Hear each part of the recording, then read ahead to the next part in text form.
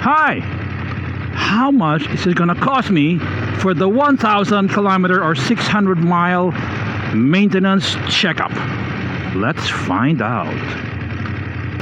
Hello, good morning, good afternoon, and good evening, and welcome to the Moto Dean channel. Today I'll talk about how much is the 1,000 kilometer or 600 mile checkup. How is it going to lighten my wallet or abuse my credit card? So this is now it's December, mid-December, and I got this bike the first week or the last week of September rather, and I just hit 1,100 kilometers, and as you can see from the thumbnail, it reminded me you are forgetful. So as you can see, there's a red triangle, or sorry, not red, orange triangle on my dashboard or my TFT screen telling me check it. So this is about, let's say, 2 months and a half old. I mean, I could have done the 1,000 checkup earlier, but after the first week of this bike, I suffered a standing fall. Is that right? A standing fall, and resulted in the foot peg getting, or the foot peg stabbing my leg, and I had reserve level. Oh no! And the injury resulted in the me not be able to ride maybe for a couple of months. I actually had to have minor surgery. It was just what they call outpatient surgery, and they had to debride. Is that right? Debride the wound because it developed an infection. So guys, as a word of warning, never use silk sutures. Old style, and they're not as hygienic as the more modern ones. So make sure that if you have a choice, you know, spend a little extra on the type of suture. It'll be cheaper in the long run. Anyway, so I am now bringing this bike to the BMW service center because if you buy a BMW motorcycle, it can only be serviced there, especially the electronics. And then of course, this bike is a big investment, and I don't want to ruin the warranty. And so I have to bring it to the authorized BMW dealership for service. I know it's not gonna be pretty, but hey, this bike is an investment, and investment entails commitment, and the commitment is spending for the bike. So I live in the Philippines. I live in the capital region, or we call NCR, National Capital Region, and this is like the collection of cities, major cities, and as a third world or emerging nation, we are very basically centralized. All the cities here are highly urbanized, and the commerce is centralized here.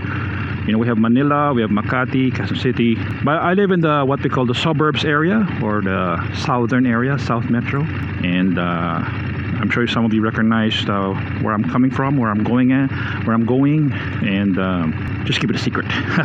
And so I will list in the description below, and maybe I'll make a graphic up here on what they're supposed to do on the 1,000 kilometer checkup. And I got an estimate, and of course at the end of this video I'll tell you how much lighter I am in terms of currency. This bike is a BMW GS750. It's 853 cc's.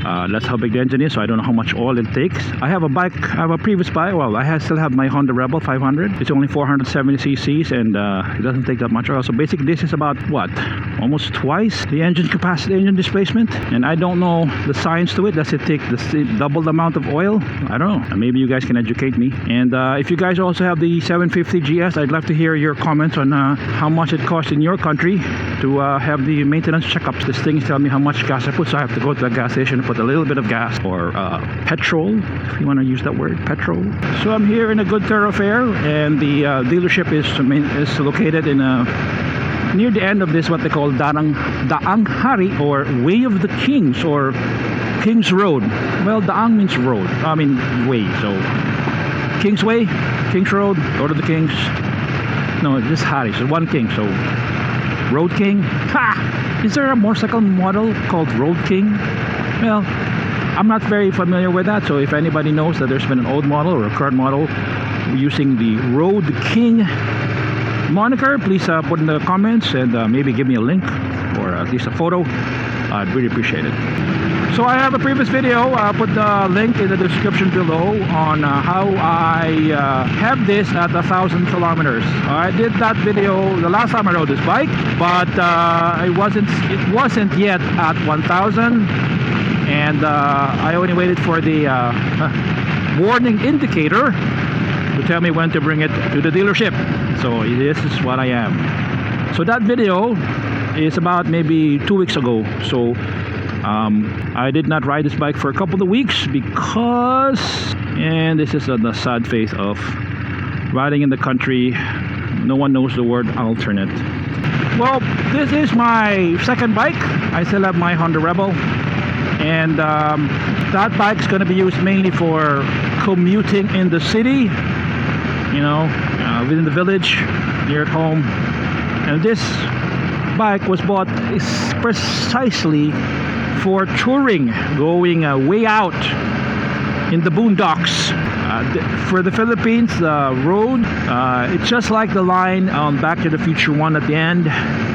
Roads where we're going where there are no roads. Instead of we don't need roads. So I just made I just paraphrased it to make it applicable to my home country. So this road has a lot of I don't know what's the proper word. Signal lights, stoplight, traffic lights. I'm not that adept into lane splitting, but I want to do it when it's actually safe and there's a big gap. I do it better with the Honda Rebel. It's way lighter, way this is just as nimble as the Rebel, but yeah, it's the size and the weight and the height. I'm not exactly flat-footing on this bike. I'm sort of I'm not tiptoe, but it's like the ball of the foot. I don't know what your word. I will of course after making this video I don't know what it's called, but I will put a graphic up here on what exactly is that part of the foot. I'm gonna stop by a gas station here to put some gas, and I'll see you when the gas is done. Okay, gas is all done, and I'm on my way to the service center. One of the reasons I acquired this bike through the generosity and kindness and love of my wife was that I needed a bike that would accommodate the both of us and be strong enough to go around the country. Me and my wife have decided to be more adventurous, and that's why I got an adventure bike. Sorry guys, I had to do it.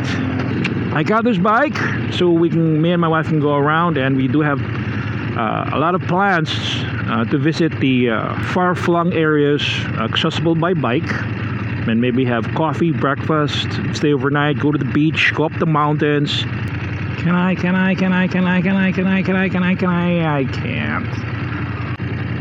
like to ask a question to you guys.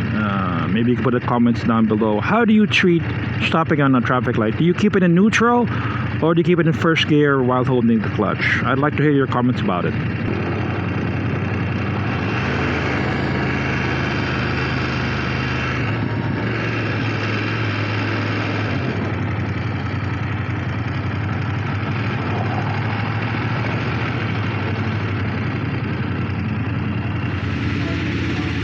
So here it is. After a few hours here in the shop, it's ready to go, and the 1000 checkup is done. Now it's time to take this 750 home. Let's go. So the total for the 1000 kilometer checkup is right here. Now it's 8,400. Now I will put the price up here in dollars, sterling, pounds, and euro, so you can see how much it cost a Filipino to acquire or to pay for this service. Can I make a U-turn here? No, looks pretty dangerous. So it's easier.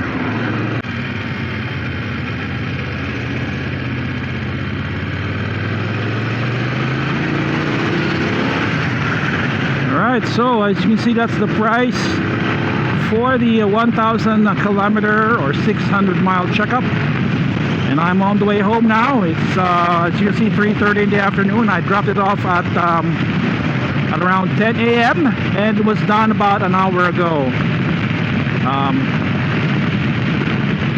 So I'm not gonna say, maybe, you know, it's a small dealer. They don't have so many, what do you call, engine bay or bays? What do you call it? Bays? Is that right?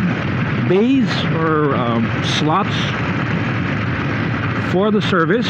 And so it looks like it's pretty running well. Now that okay, what happened here was when I first got this the bike in late September, I was told by BMW that for the first 500 you don't go over, I think they said no, go over 5,000 RPM and don't go over 100 or 100 kph. That's what they said. That's for the first 500 kilometers. And from 501 to 1,000, I was advised to drive it like you stole it, which I pretended to steal. So anyway, that's what I did. So I had to wait for it to reach 1,000 kilometers before I brought it to the dealer. And all it's done, and it cost me not a pretty penny.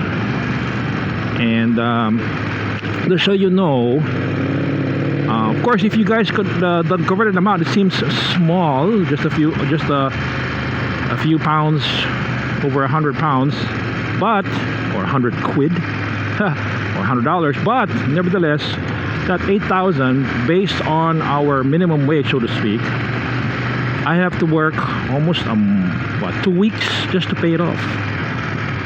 It's all relative, of course, but you know, that's the economics of scale, and that's how it is in my country.